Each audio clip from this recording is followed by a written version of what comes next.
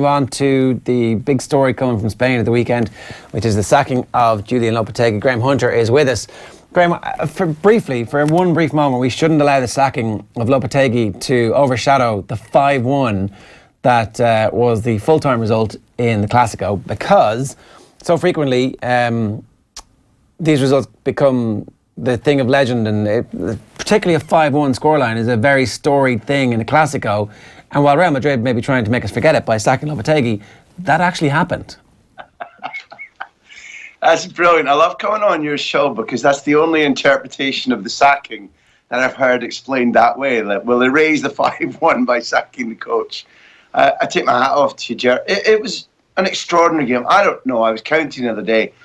Maybe I've been to something in the region of 35, 36 Clásicos, and this would count as one of the strangest, partly because there was some glaringly intelligent football played by Barcelona in the first half, which really nicely unpicked Real Madrid's flaws, left them 2-0 up.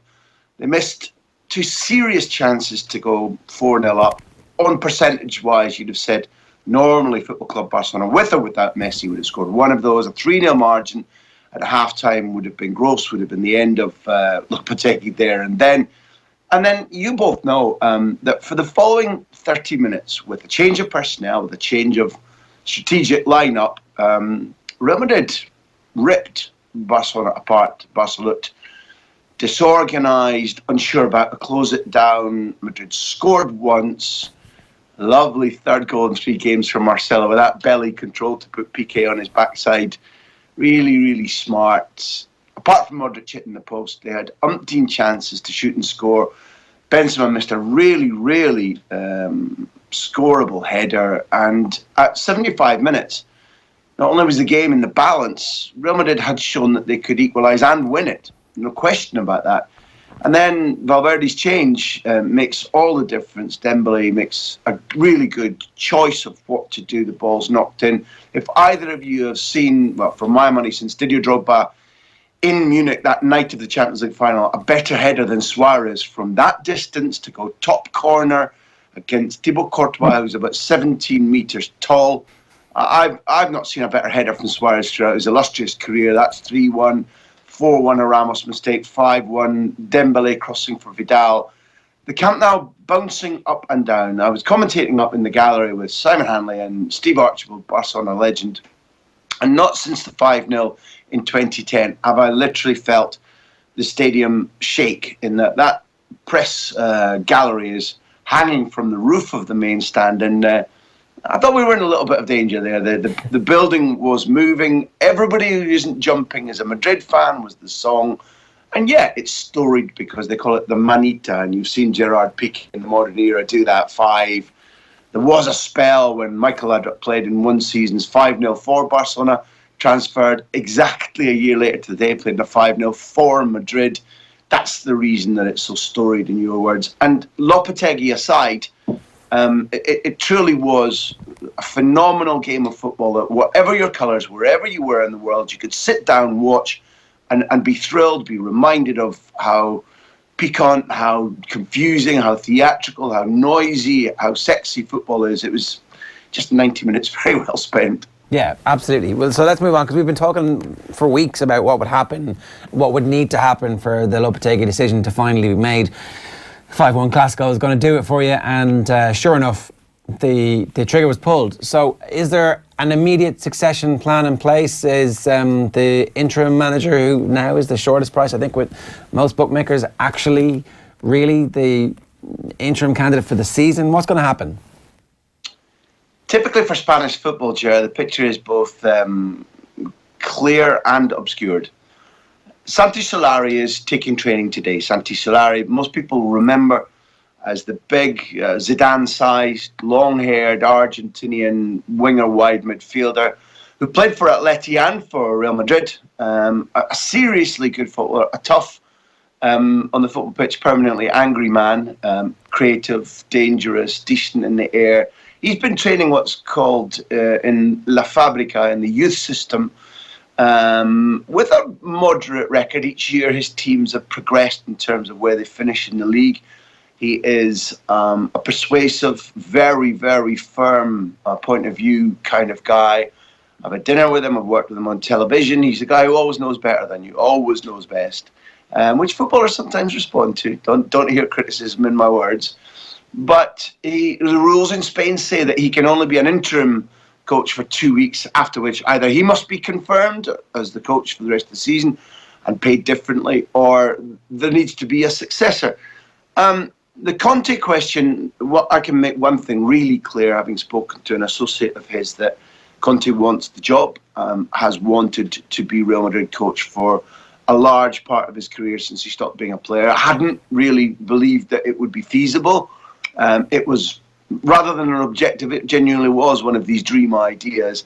As the possibilities have narrowed, he's become ever more keen, actively wants the job, is still, I think, as you saw when he hung on in post at Chelsea, unwilling to even acknowledge that he was in danger or acknowledge that he might walk away because he wanted his payoff. He was angry at how he was treated by those above him at Chelsea, and he stuck in there saying, "You'll have to sack me." That same mentality is being applied to the negotiation process of the payoff. That makes him not quite available yet. Still more confusing, but pertinent. I mean, tell me if I'm wrong. Maybe in Ireland, maybe in England, you cover American sports. But in my view, only at Real Madrid. It's 5-1. It's Sunday evening.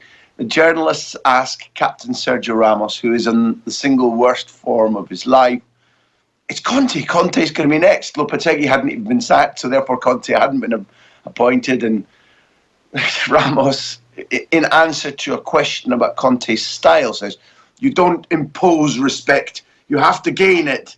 In other words, Antonio, if you're coming here, the war has started already. Don't think you can come into my club and bully me, Sergio Ramos. And only in Spain can the captain of a club beaten 5-1 with the manager still in post start criticising the manager who hasn't yet been appointed. Clear? Yeah, absolutely. Is Solari a man who would impose some sort of discipline on his players, or is he kind of, I don't want to use the term yes man, but it's veering towards that nature, isn't it, with the player power that clearly needs to exist at Real Madrid for this squad to actually get the best out of themselves, looking at those Ramos comments that you mentioned? A sort of Solaria law. I think what we're talking about is a guy who is firm and stern, who would pick on players that he thought he could get away with pushing around for positive benefit. Pour encourager les autres. He could definitely be capable of that. He's not a yes man.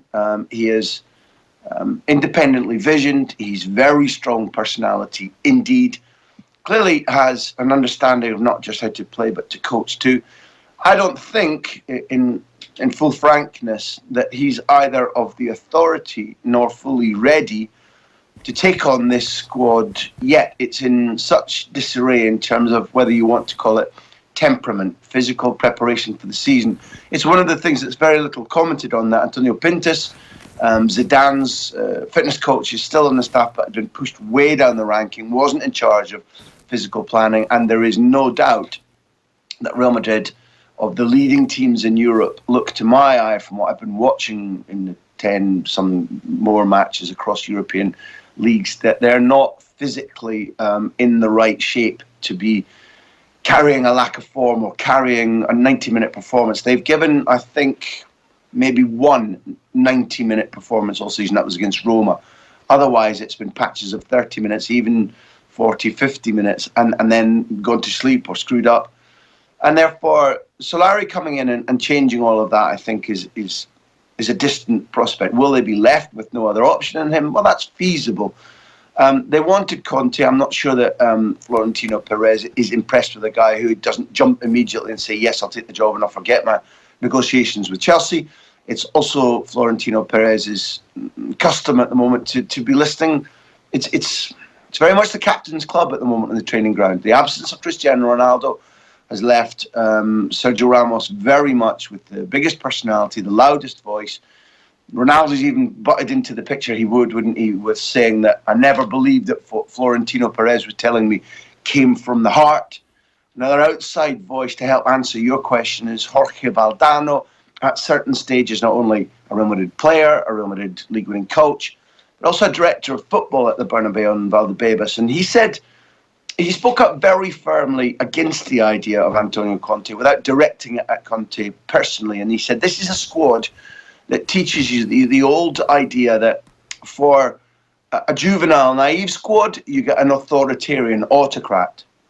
For a hard-bitten, world-weathered squad like this one, you bring in a light hand on the tiller. And he named Roberto Martinez as the guy that he wants to see taking over. Now, clearly, first of all, I'll say that there's a big personality in UK football who's been proposing Roberto Martinez behind the scenes to a number of people, trying to manipulate the situation that might happen for about 10 or 12 days now.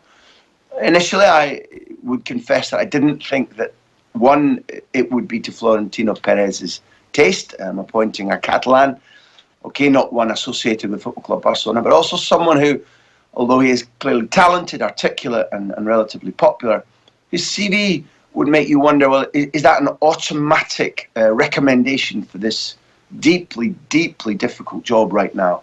And his candidacy being pushed forward by Valdano ensures that the media will catch on to not only the name, but the concept and begin to talk through, is Roberto Martinez the right personality? Has he done enough to convince everybody that A, he can turn the ship around, and then after that put them in the right direction in terms of playing style, results?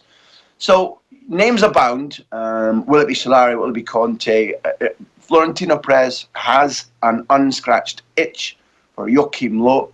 As far as I know, and I'm not stating that I'm in the vanguard of knowledge about Joachim Low, there's been no indications that I can tell from contacts in Germany that he's willing to even countenance leaving Germany and taking over mid-season. Florentino Perez believes that he is the right candidate, but he's never once given that hint that, yeah, maybe now is the time. So, and nor did he in the summer, which understandably with a World Cup to defend, irrespective of how it turned out. So Lowe is somebody who seems to be the president's preference, but not available, and therefore between Roberto Martinez, Santi Solari, Guti, languishing in the background, way down the rankings, Antonio Conte, take a pick. Pochettino? Yeah, everybody talks about Poch, and there's absolutely no question whatsoever that in the summer, Florentino Perez knocked on the door. Will you come? My intuition, rather than stating fact, is that Pochettino played it very shrewdly and referred him to the president, referred him to Daniel Levy. Never once said no, never once said, yeah, get me out of here at all. I'm telling you with force things that you already know, but I have first-hand knowledge of Daniel Levy's position on, one, how dearly he's going to hang on to assets, and two, if that asset is determined to leave, how much it's going to cost. Now, I think that Florentino Perez understands. One, he absolutely hated the negotiations over Gareth Bale. He told people around the club, never again will I try to do business with Daniel Levy. So 1-0 Spurs on that front. It's also the case that he is saving money frantically, no purchases to speak of during the summer, that certainly none that cost a proper fee. Courtois bought very cheaply for a position he didn't need. And Mariano brought in for a very low fee from Lyon. They're saving money, one for the stadium, which has got a bill of up to 600 million. He wants to put a roof on it. Secondly, he has this undying dream to be able to prize Neymar out of Paris Saint-Germain, and has been, building a war chest for that. To buy a coach for 20 million euros, whatever Daniel Levy will charge, I see that as an extraordinarily difficult deal to do with Florentino Perez. Take him if he was available, yes. I don't know what you were hinting at when I listened into the previous item, that maybe you felt that there were some smoke signals coming from Pochettino from Wembley last night in the defeat against Manchester City about, get me out of here, I'm a celebrity coach. I don't know. I think it's a deal that's very, very difficult to get done. All right. Well, why wouldn't there be smoke signals? Like, if you're a manager of literally any club in the world that's not Real Madrid, maybe there's 2 or 3 clubs that don't fall into the category of being a smaller club than Real Madrid. I personally think that if you're a man of ambition, which Mauricio Pochettino must be, I think, smoke signals are absolutely inevitable. Can I put a different scenario to you? we're going through a phase that we've seen before with Vanderlei Luxemburgo and Lopez Caro. We're at a point at which I don't see it as in any way unlikely that there might not be 3 or 4 coaches over the next 18 months at Real Madrid. The problems, the complexity of the solutions, because there are solutions, but they aren't easy. We're coming to what I think has to be end of empire for Marcelo and Sergio Ramos. We're at a point whereby the coach not only needs to come in and work out how to buy the right new players and challenge those who are resting on their laurels, but there are certain players who need to be pushed out. That's going to be a bloody process. I think if you're a very shrewd coach who desperately wants that job, I think you can afford to bet that keeping yourself out of the supply right now will apply that market law of reduce the supply, increase the demand, and that this job may very well come around again in the summer, whereby somebody, whoever is in between now and April, may find it beyond them, may find it that they're relieved of their post. I hope for Real Madrid's sake I'm wrong, but there are conditions to indicate that you could stand away from the battle, tell Florentino Perez, I'll take this in the summer, and then be appointed in the summer with time to plan the use of the budgets, which players to get out, which players to get in, to do pre-season training properly without a major tournament, even if the nations, the new UEFA Nations League is held in Spain, if Spain beat Croatia and get through. That's the scenario I would say that shrewd coach is looking for. Graham, great stuff. Thanks a million for joining us this morning. Cheers. Cheers, lads.